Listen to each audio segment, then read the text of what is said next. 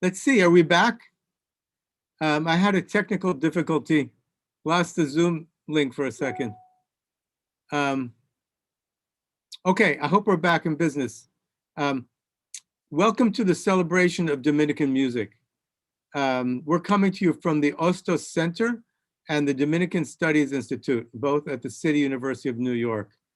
My name is Paul Austerlitz, and it's my honor to host you today. This is a 4-part series every other week. About a month ago, we visited with Andre Veloz, who's an amazing bachatera. And then 2 weeks ago with Jose Duluc, who shared with us some Afro-Dominican music. In 2 weeks, we will finish the series with merengue featuring Ray Chino Diaz. But today it's going to be a big treat to visit with Adán Vásquez and his quintet, who will be playing with some music in the European and Afro-Dominican tradition of classical music for you. And I was asked, because I'm an ethnomusicologist, to talk a little bit about the general genre that we're going to listen to, before we jump into the show. And, classical music, you think of Mozart, Beethoven, Haydn, and these great European composers. But of course, classical music exists everywhere, including the Dominican Republic, not only Europe. And it also exists in Africa. And in fact, many of the classical music traditions in Europe developed from court music, developed from music that was played for kings and princes and princesses and queens. For example, the composer Franz Joseph Haydn worked his whole life for a king, for a prince, the Prince Esterhazy, in the Austro-Hungarian Empire. So African traditions also have court music. So I always like to say that even Afro-Caribbean music, like Afro-Dominican music, like palos and gaga, also is a descendant of court music, and therefore a kind of classical music, just to kind of think about these traditions a little bit. And we're going to get into talking about all this stuff with Adan. We're going to listen to some of his music, but first I wanted to welcome Adán Vásquez to the show. Adan, ¿cómo estás? Muy bien. Gracias. Gracias por tenerme por aquí. Thank you very much for having me as part of this. It's a privilege, especially during these special times that we're living in. Exacto, exacto. And Adan is also, I'm so privileged to be getting to be better friends with Adan, and he's just an amazing educator and musician and cultural provider in New York City and the whole world. So let's just jump into listening to their music, but very quickly, do you want to say anything about what we're going to hear? The selection that we made, we are doing is a preview for what we are going to be doing for the fall. The Debussy dances for harp and string orchestra, but now, with a quintet, and the aria in a classic style by Grandjany. Then we move to the one of the greatest Dominican composers, Julio Alberto Hernandez, and then we finish with a great Mexican bolero composer, Maria Grever. We intend to add the woodwinds, but because of the whole, blowing air and we were rehearsing here, there were no venues for us to rehearse, so we were doing the whole thing in my place and in a closer space. They couldn't wear masks, so at the end, we did all strings and harp. But we are hoping we're gonna keep getting together to expand the repertoire and getting ready for the openings of the city. Okay, so we have a wonderful preview of what's going to happen in the fall. So let's just jump into it. So música, maestro. Vamos.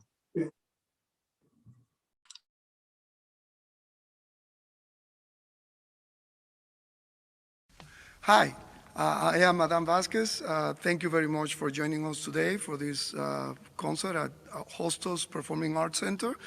The piece that we're going to be performing now is the Debussy Danse Sacrée et Profane, written in 1904 for the Pleyel Company. It was originally written for a chromatic harp to set the strings, but we rarely do it on the harp. We usually do it on a pedal harp.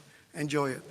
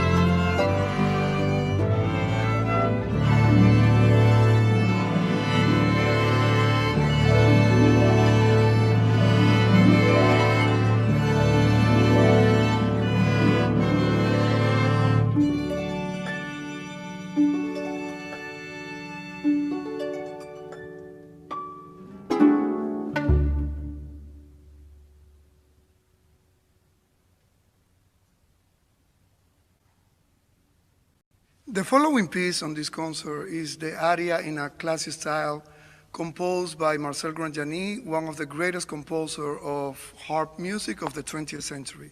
Enjoy.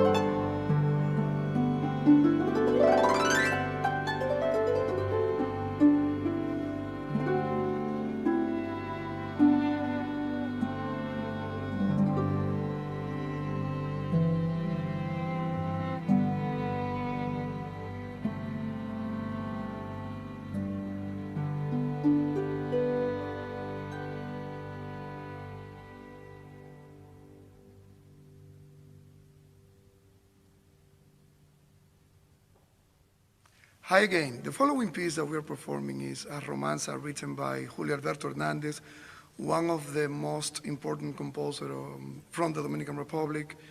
It was originally written for voice and piano, and we made an adaptation for harp and string quintet for this occasion. I hope you like it.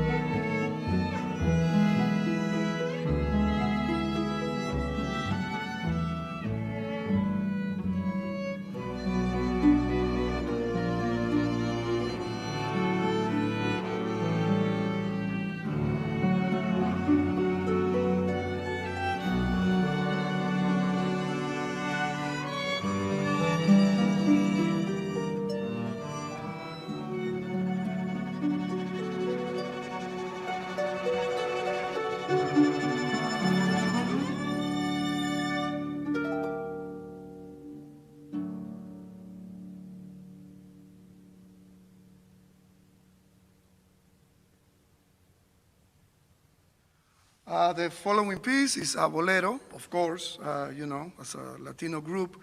And I'm saying Latino because by now our second violinist, Charlene Bishop, and our double bass, Anthony Morris, they are adopted Latinos. And you will feel the swing with Anthony there on the double bass. Is Te Quiero Dijiste by Maria Grever, one of the greatest composers of bolero music from Latin America.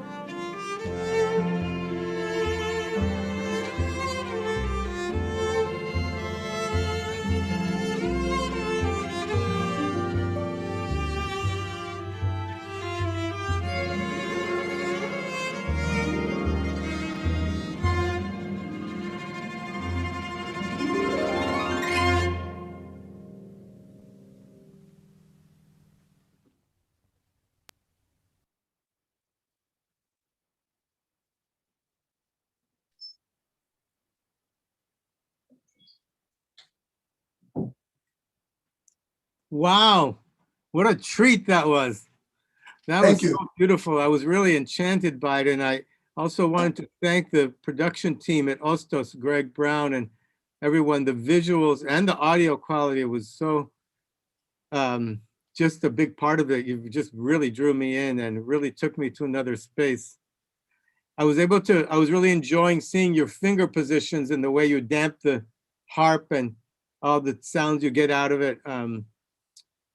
So, wow, you know, thank you for that treat.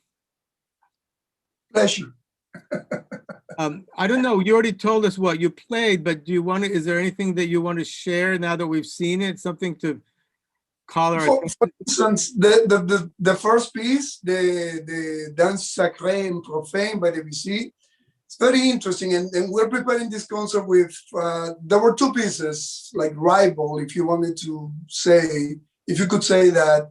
The Player Company, okay, in 1810, the Erard Company created the pedal harp, right?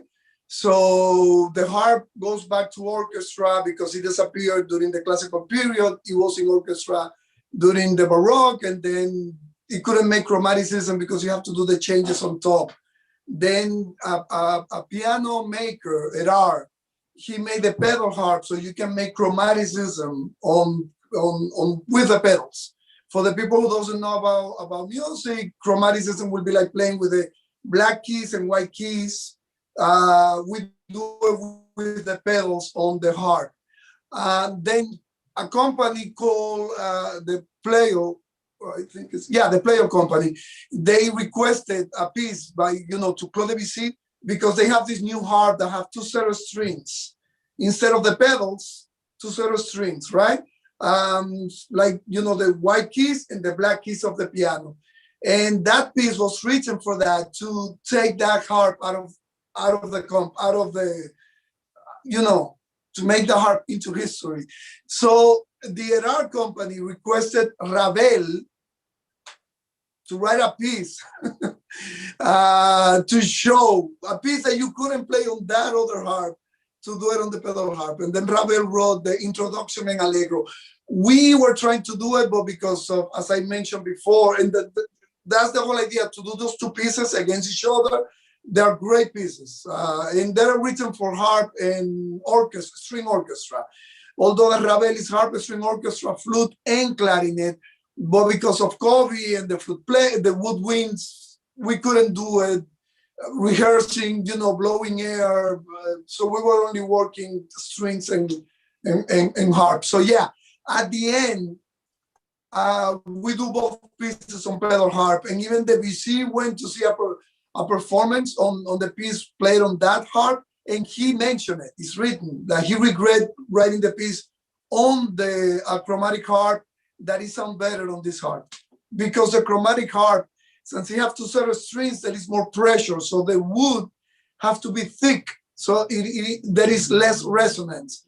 On the other hand, on this harp, because it's only one set of strings, the wood is thin, so you have more resonance on that harp instead of the other harp. Wow, that's so interesting. I know the Ravel piece. I remember I always loved that piece. But for those of you that maybe don't listen to this kind of music a lot, it's just interesting to take a large picture. These were French composers, but Adán Vásquez is a Dominican musician.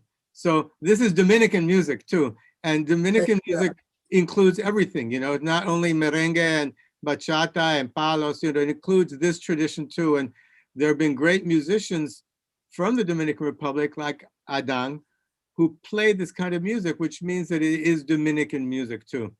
And, and that's just something that people, the diversity of music in the Dominican Republic is just something that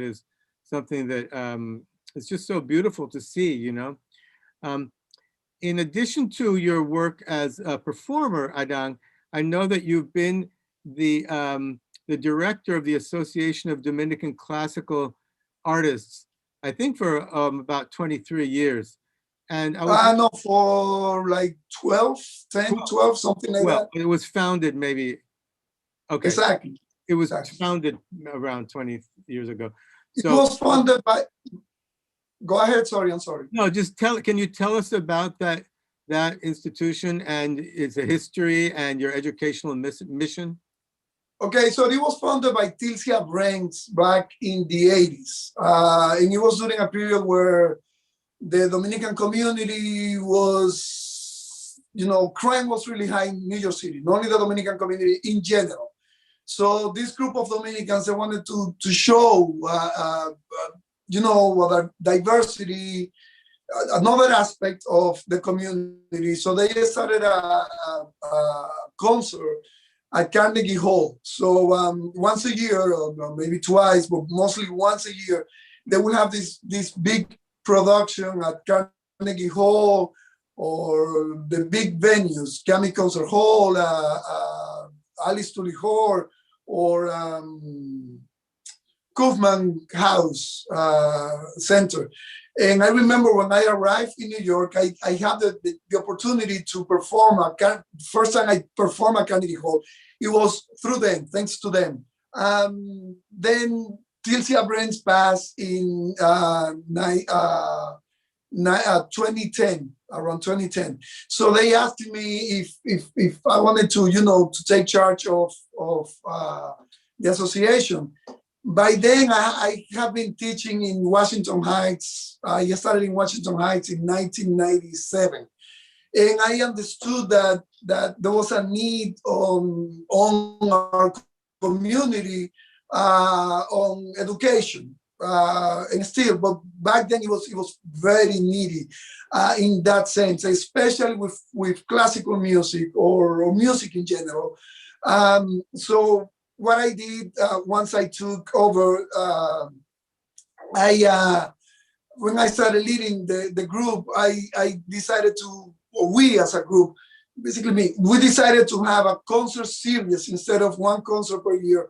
And the concert series was going to be inside the community. So I wanted people from outside the community coming to the Dominican community to see, not only, to listen to the music, but also to see what, we are a cool neighborhood. There are cool places to hang around. Although I live in South Bronx, and South Bronx, we have cool places to hang around. And I would like more people to come to South Bronx. But I teach, I'm part of Washington Heights. I teach in Gregorio Luperón High School. I have been there since 1997. And yes, so we got the venue at Aaron Davis Hall City College. They opened the doors for us, so that has been a residence since 2011.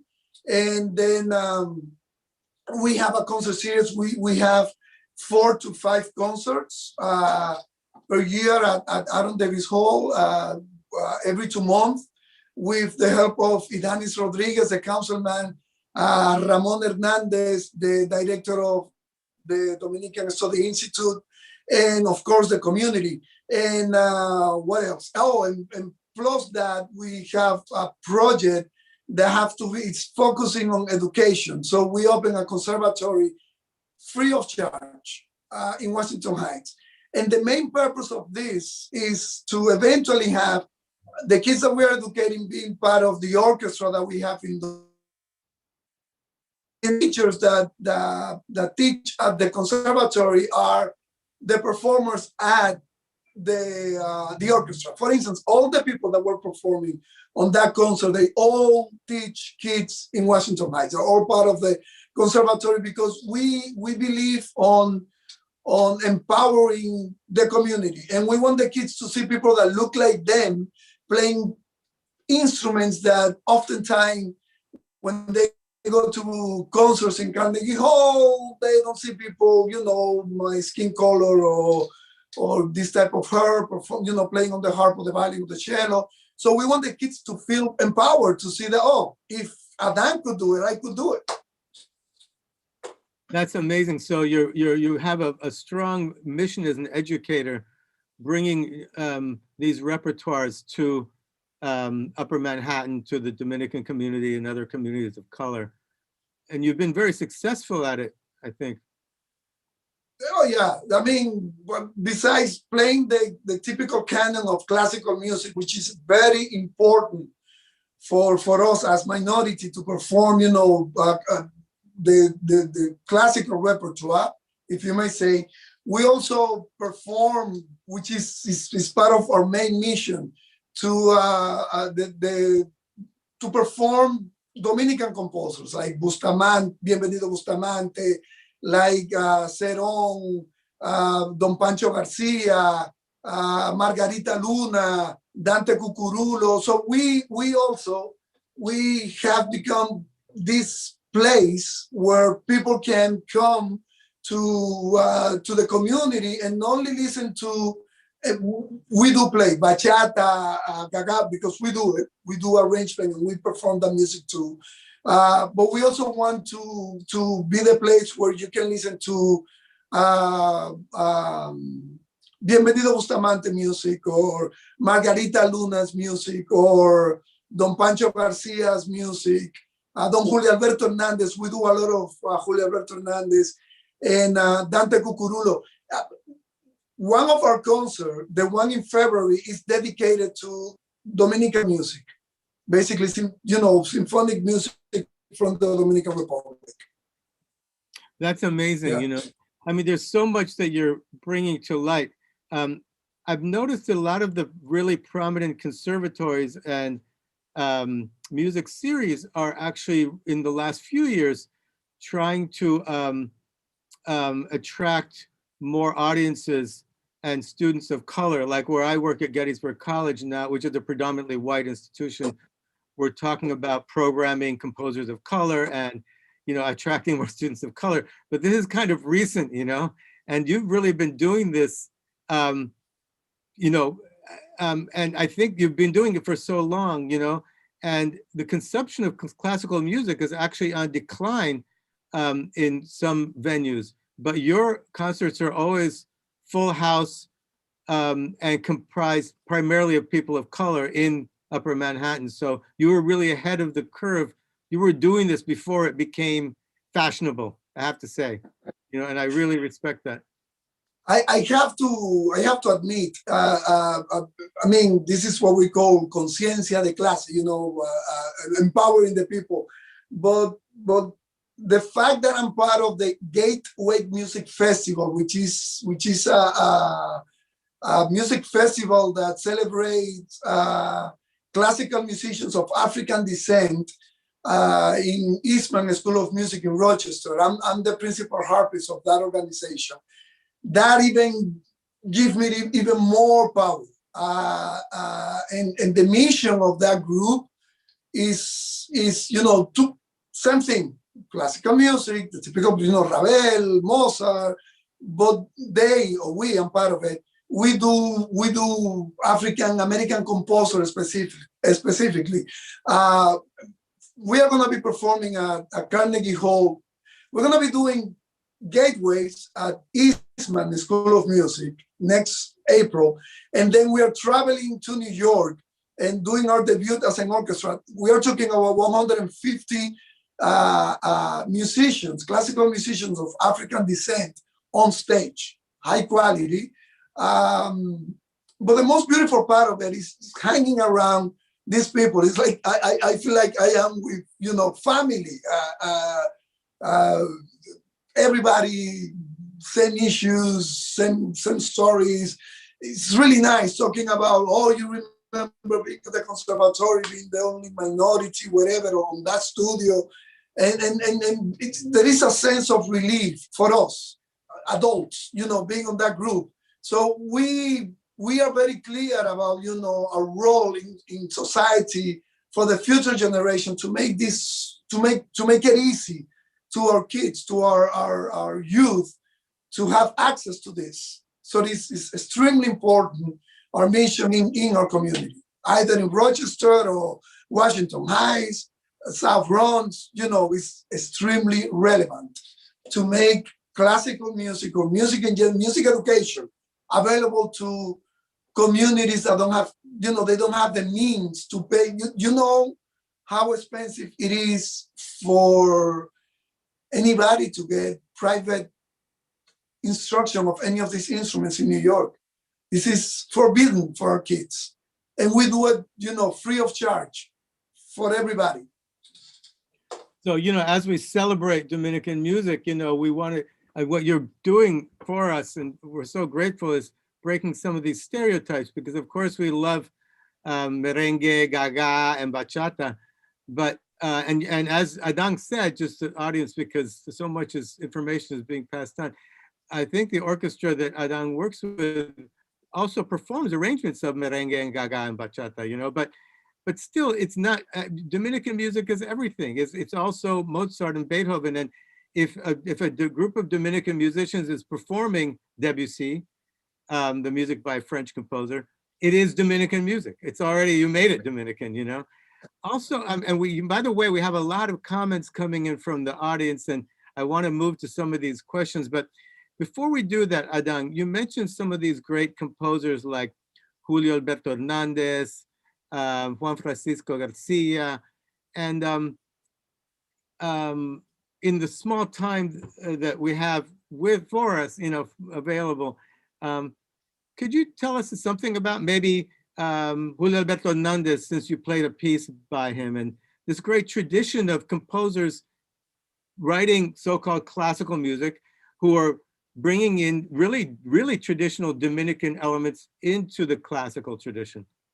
It's very interesting because what Don Julio Alberto Hernandez did, and by the way, he's the grandfather of Maridalia Hernandez, and she in the 2 occasions, she have been in New York performing with us. She have been our guest performer.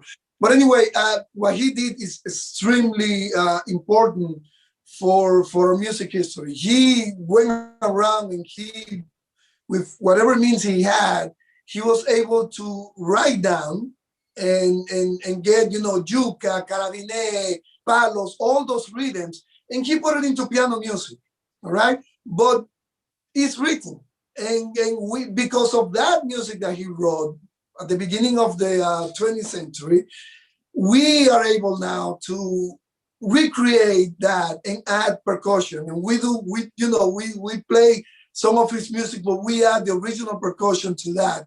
We take the liberty. Well, why not? We live in New York. So we play, you know, the gaga, the palos, the carabine, and all of that. But we do his music, we arrange his music for us, but we add the instruments where he got inspired to write that music. So yes, he's very important in that sense. Same with Don Pancho Garcia, the father of the Dominican symphony music. He's the first one who wrote a symphonic, you know, the first Dominican symphony was written by him. We also performed that in New York. I mean, I can name, there are many of them. Doña Margarita Luna, she was a student of Don Pancho Garcia, one of the most important female composer of Dominican Republic, and I may say Latin America.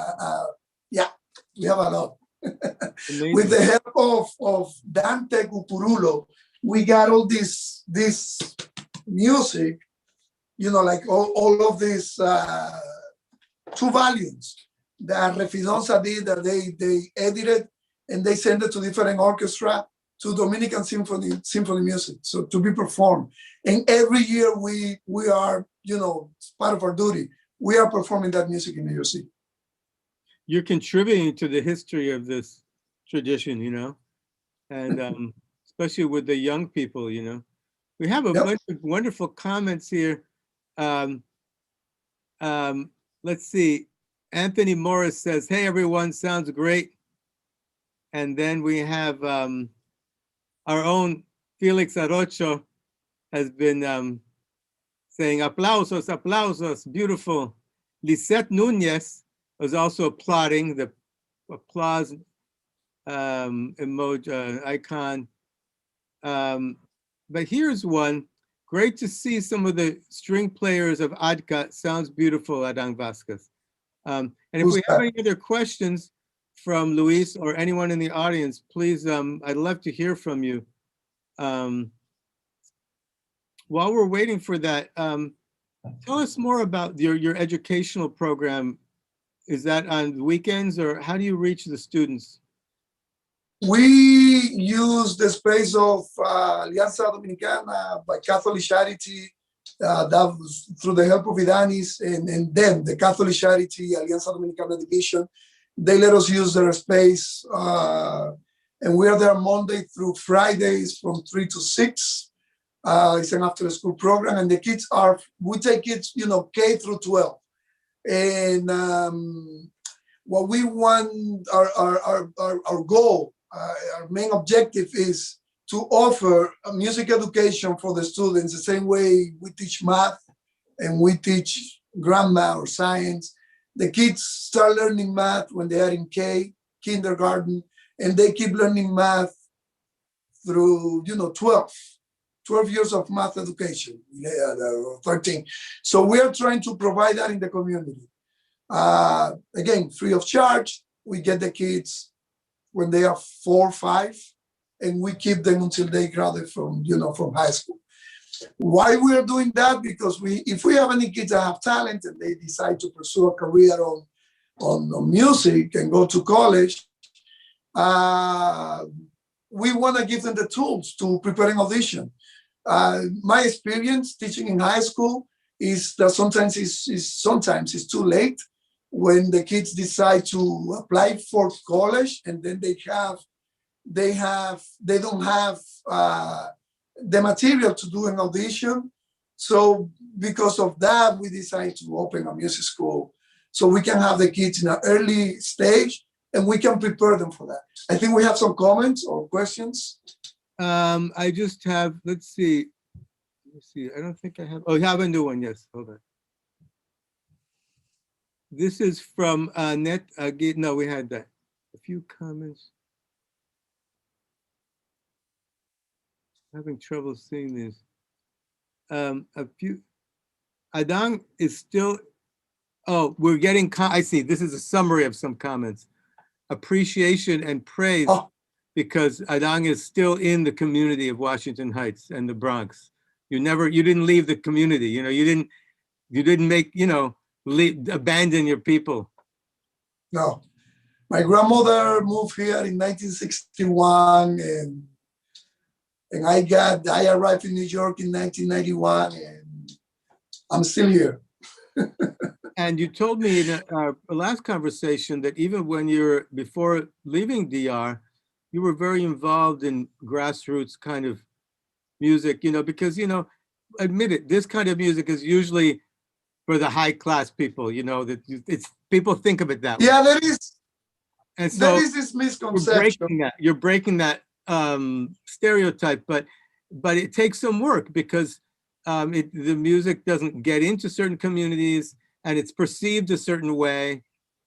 So even in the DR, you were working on that, right? No, but the thing is, yeah, I mean, I opened a music school in, kids from Maquiteria. I got this building in a public high school, La Patria Media, which is in Zona Oriental. But let me clarify that there is a misconception about classical music for the elite. Even when I went to school at the Escuela Elemental de Música en La Mena and then Conservatorio Nacional de Música, I will say maybe 20% of the students were maybe people with means, that they were rich, but 80% of us we were not, we were taking public transportation. Some of them were coming from the provinces, from San Cristobal, from San Pedro de Macorís, and still, that's the situation. So I remember a lot of my classmates and even young people now, they travel from different places to El Conservatorio and Dominican Republic. So this idea that classical music, maybe they have the opportunity to have private lessons, but if you go to El Conservatorio or if you go to the Escuela Elemental, you will find, I think we are one of those few places where if you don't have, that you can get a good quality music education in both places, Escuela Elemental and Conservatorio Nacional de Música, and you don't have to pay a cent, and they don't care if you're poor or if you're rich. In fact, it's a place where you get everybody together. All they care in those places is talent. If you have talent, you can get in. So part of the mission is of the mission that we work on is focusing on basically that, opening the doors for kids. If you have talent, here we are. We don't care if you have money or not. We get the money, someplace else by writing grants and stuff like that. But we are not asking people to pay for their education.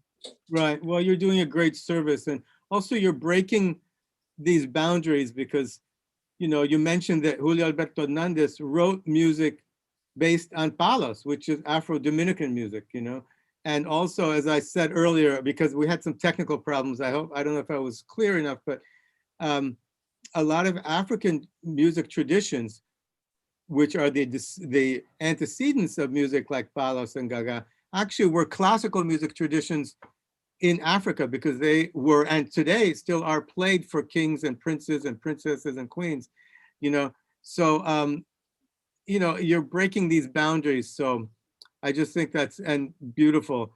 We're going to start winding down in a minute, but before we go, we had a nice question here from Senor Carlos Suero, who says, who is your favorite composer?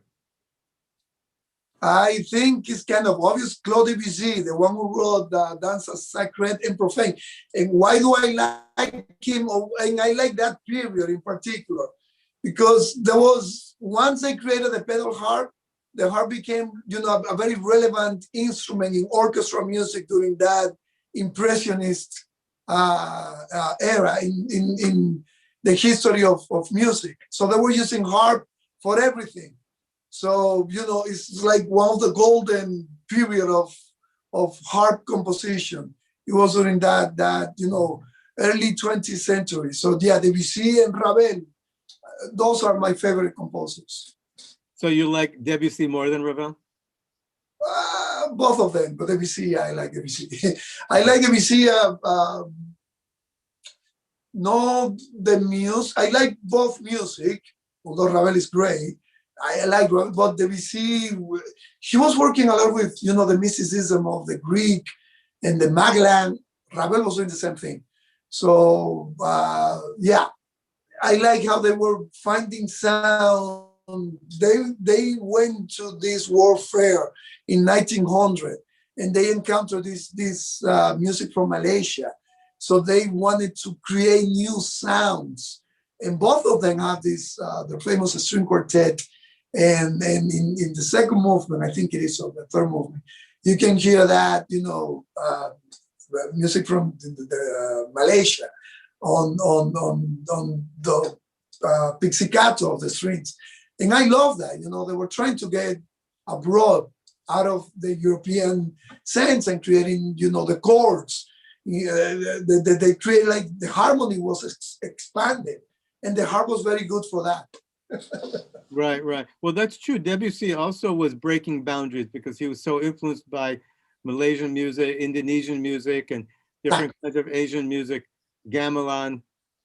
So, you know, all these categories, of course, the categories are real when we live them, you know, but also music does break boundaries, you know, and you're really proving it. So we have a lot of comments of appreciation from the audience, and thank you everyone for coming so much.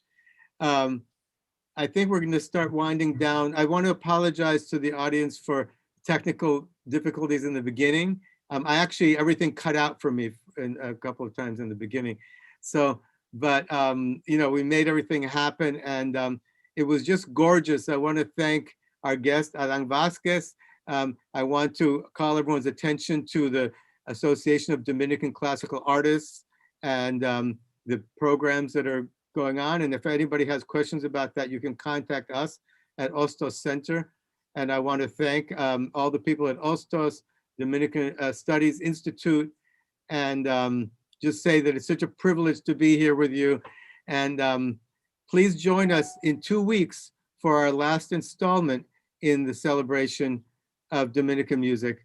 And we will welcome Ray Chino Diaz, who is an amazing tamborero who played with the great jazz musician Mario Rivera, and he does a lot of his own projects with típico music, and also did a project with the Dominican Studies Institute about Rafael Petiton, who we'll hear more about next week.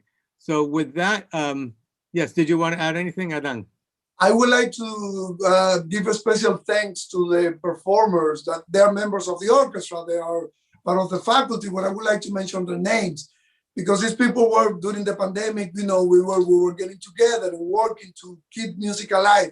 So on the first, I don't know if the names will show up on some place there, but it didn't on my phone. Luis Casal, he's a concertmaster for the orchestra and the first violin. Charlene Bishop, second violin. Daniel Lamas, our viola player. Ivan Luza, our cello player, and Anthony Morris, our double bass player. Thank you very much for you know, doing this. And thank you for mentioning it. Thank you for mentioning it. So with that, buenas noches. Gracias a todo el mundo por venir y nos vemos en 2 semanas.